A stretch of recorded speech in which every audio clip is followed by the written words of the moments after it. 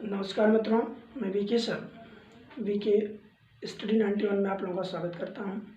जैसा कि हम लोग पढ़ रहे थे पर्यावरण के विषय में, ठीक है।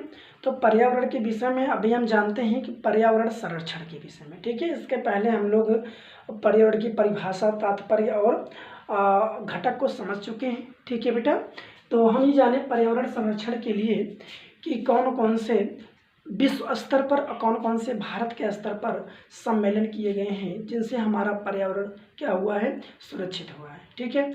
आप जानते हैं समय समय पर जनसंख्या की वृद्धि के कारणों से पर्यावरण बहुत दूषित हो जा रहा है, जिससे हमारे देश में अनेक प्रकार की बीमारियां, अनेक प्रकार की समस्याएं आती हैं। तो इसको सुरक्षित बनाए रखना हम लोग का कर्तव्य है। इसी को मानने के लिए सरकार ने समय समय पर कुछ विशेष प्रकार के सम्मेलन रखे गए हैं, ठीक है।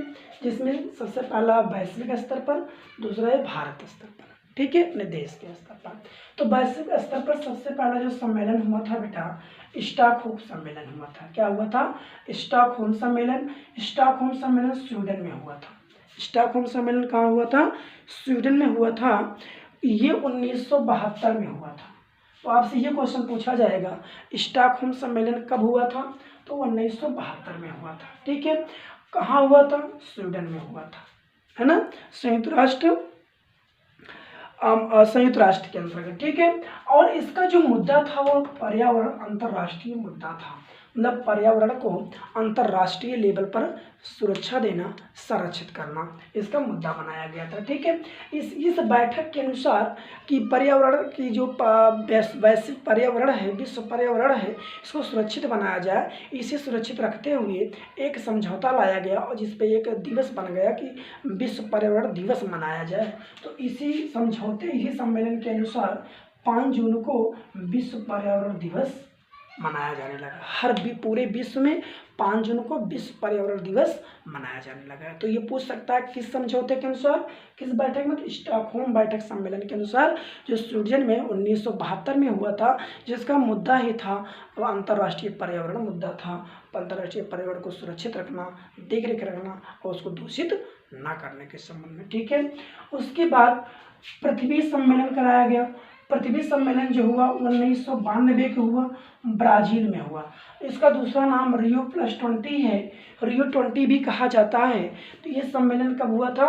आपसे पूछ लेगा पृथ्वी सम्मेलन या रियो20 सम्मेलन कब हुआ था, तो आप लोग बताएंगे 1992 में हुआ था। कहाँ हुआ था? ब्राजील में हुआ था। इसको आप याद रख लीजिएगा। तो ध्यान दीजिएगा, पहला स्टॉकहोम सम्मेलन कब हुआ था? 1972 में हुआ था। कहाँ हुआ था? स्विट्जरलैंड में हुआ था। मुद्दा क्या था? अंतर्राष्ट्रीय पर्यावरण मुद्दा था, सुरक्षित रखने का। और इस बैठक के अनुसार अंतर्राष्ट्रीय पर्यावरण दिवस 5 जून को पूरे विश्व में मनाया जाने लगा, ठीक है। अगला जो सम्मेलन हुआ, पृथ्वी सम्मेलन, रियो20 का नाम से जाना जाता है। यह सम्मेलन कब हुआ? 1992 में हुआ। कहाँ हुआ? ब्राजील में हुआ था, ठीक है। जिसका मुद्दा यही था कि जो है देश के, विश्व की संपूर्ण पर्यावरण को सुरक्षित किया जाए, देख रेख किया जाए और दूषित पर्यावरण से मुक्ति दिया जाए, ठीक है। जिसके दो संगठन की स्थापना हुई। इसी पृथ्वी सम्मेलन के अनुसार, G20 के अनुसार एक संगठन बनाया गया, UNFCCC, ठीक है, जिसका फुल फॉर्म है United national framework convention of climate change, ठीक है। United national framework convention of climate change, ठीक है। ये और दूसरा जो संगठन बनाया गया वो COP21, ठीक है। COP का मतलब कॉन्फ्रेंस ऑफ पार्टी, ठीक है। तो ये संगठन किस सम्मेलन के अनुसार बनाए गए? पृथ्वी सम्मेलन में बनाए गए हैं, याद रख लीजिएगा, ठीक है। पृथ्वी सम्मेलन कहाँ हुआ था? ब्राजील में हुआ था। इसका दूसरा नाम क्या है? रियो20 है, ठीक है। कब हुआ था? 1992 में हुआ था। समझ में आ गया होगा। तीसरा है क्योटो प्रोटोकॉल। क्या है? क्योटो प्रोटोकॉल बहुत महत्वपूर्ण प्रोटोकॉल है। इसके विषय में हर एक कंपटीशन एग्जाम में जहां पर्यावरण सब्जेक्ट की बात आएगी पूछा जाता है, ठीक है। यह सम्मेलन 1997 में जापान में हुआ था, ठीक है। इसका जो मुद्दा था, ग्रीन हाउस गैसों के वैश्विक उत्सर्जन में कटौती करना। कुछ ग्रीन हाउस गैसें होती हैं जो हमारे वैश्विक उत्सर्जन में कमी किया जाए, जिससे इन गैसों के पर्यावरण में आ जाने से हमारा जो जीवन है दूषित हो रहा है, ठीक है। एज ए कार्बन क्रेडिट को कम करना, ठीक है, से संबंधित जो मुद्दा था वो कौन दूर किया है? क्योटो प्रोटोकॉल दूर किया है। इसकी स्थापना कब हुई थी? 1997 में जापान में किया गया था, ठीक है। अगला चौथा है मॉन्ट्रियल समझौता या मॉन्ट्रियल प्रोटोकॉल भी कहते हैं। तो मॉन्ट्रियल समझौता 1987 में कनाडा में हुआ था, ठीक है, जिसका मेन मुद्दा था क्षरित हो रहे ओजोन परत को रोकना, ठीक है, ओजोन परत के क्षरण को रोकना इसका मूल मुद्दा था। इस समस्या को समाधान करने के लिए मॉन्ट्रियल प्रोटोकॉल कनाडा में 1987 को समझौता किया गया, जिससे हमारी ओजोन परत को बचाया जा सके। ओजोन परत बहुत महत्वपूर्ण परत होती है, ठीक है।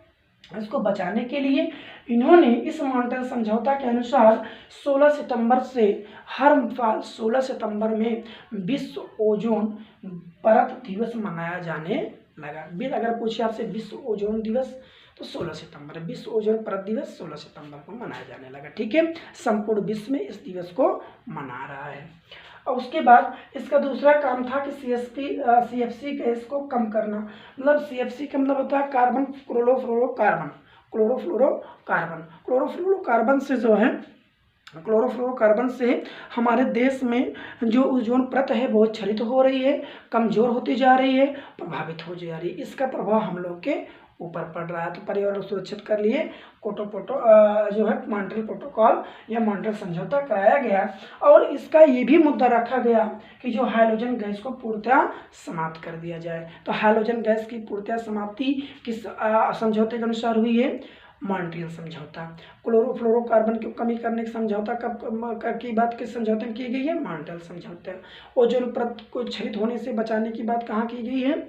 मॉन्ट्रियल समझौता। कब किया गया था? 1987 को। कहाँ हुआ था? कनाडा में, ठीक है। उम्मीद करते हैं ये वैश्विक स्तर पर अपने पर्यावरण को बचाने के लिए किए गए समझौते समझ में आए होंगे। इस प्रकार और भी समझौते कराए गए हैं, लेकिन ये हमारे महत्वपूर्ण थे जिनके विषय में क्वेश्चन अक्सर पूछा जाता है, ठीक है। तो आप इसको पढ़ लीजिएगा, नोट्स बना लीजिएगा, ठीक है बेटा।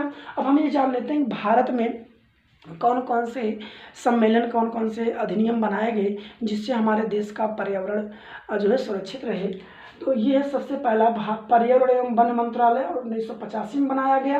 पर्यावरण एवं वन मंत्रालय मतलब पर्यावरण को सुरक्षित रखने के लिए, वनों की अंधाधुंध कटाई को रोकने के लिए, जिससे हमारे देश की, हमारे भारत की पर्यावरण सुरक्षित रहे, वायु दूषित ना होने पाए।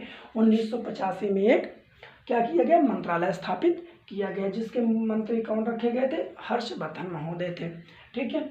अगला दूसरा जो बनाया गया पर्यावरण संरक्षण अधिनियम बनाया गया 1986 को। जब ये एक्ट पारित किया गया तो हर किसी को देश की सुरक्षा, पर्यावरण की सुरक्षा करने की जागरूकता दी गई और जगह जगह इसका कैंप लगाया गया और अन्य लोगों को जनगणना के माध्यम से गांव-गांव में जो है प्रदूषण फैलाने से रोका गया, है ना। स्वच्छता कार्यक्रम चलाया गया, किस आधार पर? पर्यावरण संरक्षण अधिनियम के आधार पर 1986 में। अगला है 1988 में राष्ट्रीय वन नीति बनाएगी। इस वन नीति के अंतर्गत ये रखा गया कि जो वनों की अंधाधुंध कटाई हो रही है, वनों की कमी होती चली जा रही है, इसमें एक टारगेट रखा गया कि पूरे भारत में कम से कम 33% वन होने चाहिए, ये टारगेट रखा गया है, ठीक है। लेकिन इसके पहले जो अगर हम मानक देखा जाए तो 21 पॉइंट कुछ के आसपास जो है वन है। लेकिन अगर संपूर्ण तरीके से देख लिया जाए, संपूर्ण तरीके से देखने का मतलब ये है, संपूर्ण तरीके से देख लिया जाए तो इसमें कुल जो रिकवरी की गई है, मतलब वनों के अंदर कटाई को देखते हुए रिकवरी की गई है, वो लगभग 24.5 है। अब इसको बढ़ाकर कहाँ तक की जाने की बात की गई है? 33% तक की जाने की बात की गई है राष्ट्रीय वन नीति 1988 के अंतर्गत, ठीक है। अगला है 2002 में जैव विविधता संरक्षण अधिनियम बनाया गया। अभी हम जैव विविधता संरक्षण को एक टॉपिक है जो हमारे वीडियो के माध्यम से आप लोग तक जाएगा, इसको मैं विधिवत पढ़ाऊंगा, ठीक है।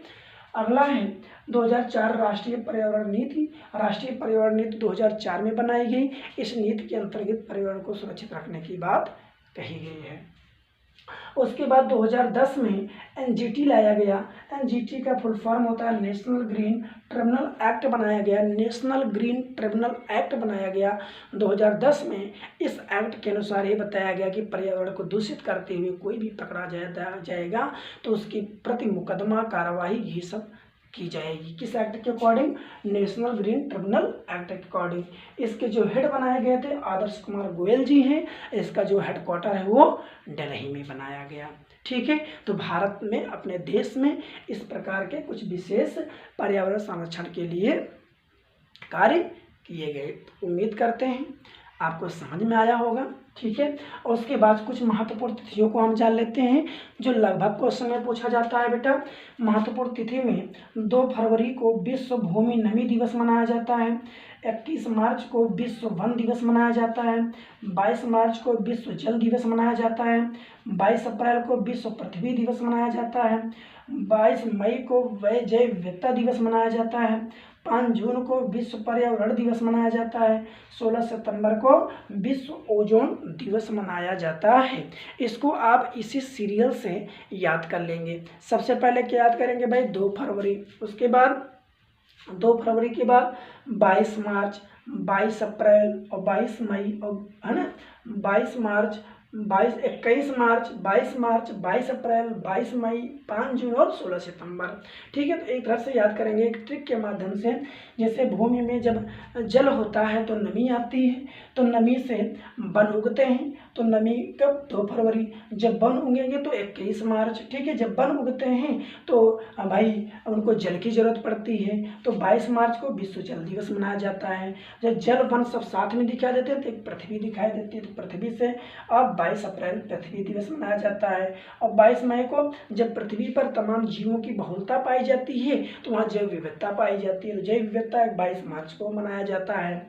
ठीक है, और जब जैव विविधता को इस जैव विविधता जो जितने जीव जंतु हैं इनको बचाए रखने के लिए, पर्यावरण को दूषित से रोकने के लिए विश्व वन दिवस मनाया जाने लगा 5 जून को। ठीक है, और विश्व वन दिवस के बाद विश्व ओजोन दिवस 16 सितंबर को मनाया जाता है। समझ में आया? क्लियर हुआ?